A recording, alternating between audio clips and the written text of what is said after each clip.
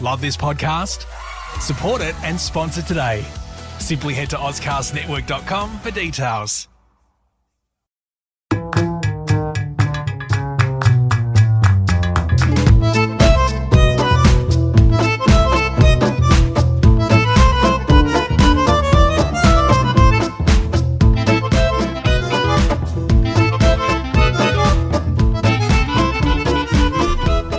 Hi everybody, my name is Prof. Peter Maliaris. I'm an academic at Monash University and a physiotherapist. Thanks for joining this Talking Tendons podcast. I'm going to be talking today about a paper that was published in Frontiers in Physiology. It's actually a perspective article, and the title is Individualized Muscle and Tendon Assessment and Training. Lead author is Arampatzis.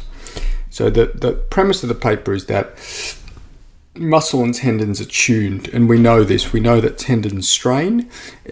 When we do habitual physiological movements like walking and running, they strain anywhere between 4% upwards, and that allows the fascicles to operate in an optimal range and make our human movement really efficient.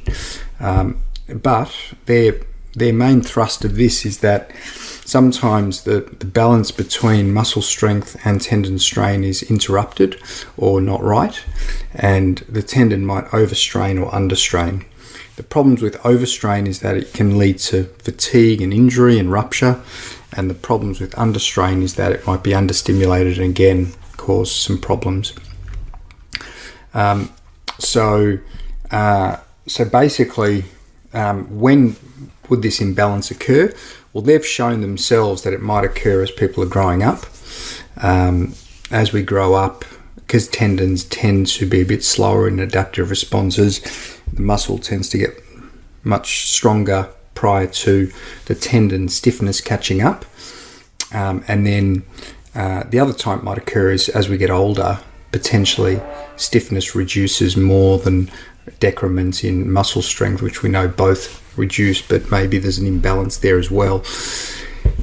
So it's interesting, and they propose that what we should be looking at potentially is a very specific approach where we look at what is the amount of strain for their maximal effort, for their maximal MVC.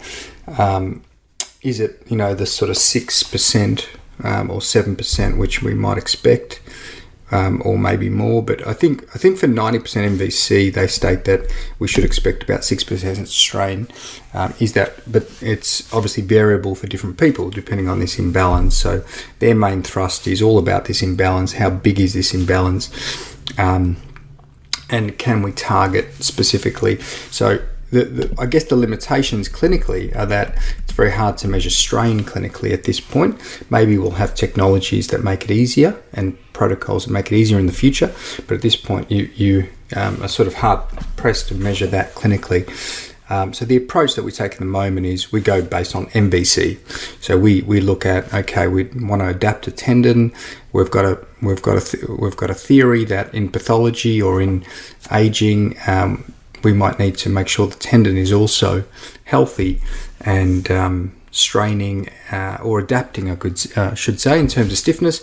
So therefore, we have high intensity exercise for the tendon, and I think that's a reasonable approach at this point when we can't necessarily measure strain in a clinical setting. In the future, if we can measure strain in a clinical setting, then we can look for what these authors are talking about, and that is these imbalances. And these imbalances, as I say, could be a response to aging, development, but could also be a response to training. So, for example, if you look at the World Health Organization guidelines, they talk about medium to high intensity strength training, and everyone should be doing it a few times a week. If you're doing medium intensity, you might be strengthening your muscle, but not necessarily adapting your tendon, and that itself could lead to an imbalance. So even what the World Health Organization is recommending could be leading to imbalances. So it is a consideration, I think, to be looking at. If you're thinking we do have less stiff tendons as we get older, adaptation and maintenance of tendon stiffness is important, especially if you're doing strength training, which could be then leading to an adaptive response in the muscle but not the tendon.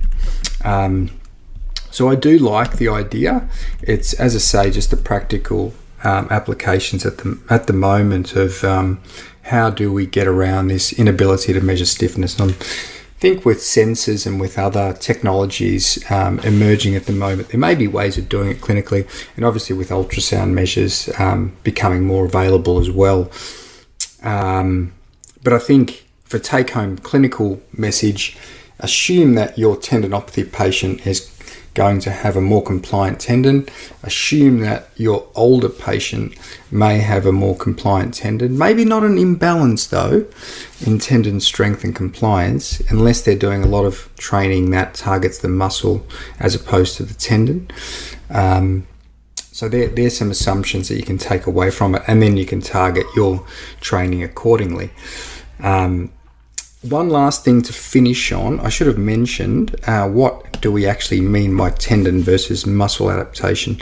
So tendon adaptation is really stiffness, increasing the resistance to stretch. So for a given force, it's going to stretch less. Muscle adaptation is really strength, but they also can both increase in terms of cross-sectional area, of course, okay? So they're things to consider. We also have this thing called modulus for tendon, which is the resistance to stretch, which is normalized for the cross-sectional area of the tendon, and you use that really when you're comparing different tendons.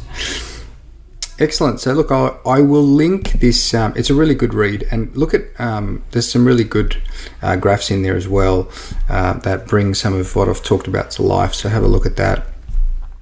Have a look at the actual paper. So again, it's Frontiers in Physiology, Individualized Muscle and Tendon Assessment and Training by Arampatzis. So I will link that to the link. I'll give you a link to the show, and I think it's open access as well. Excellent. Thank you very much for listening, everybody. See you next time.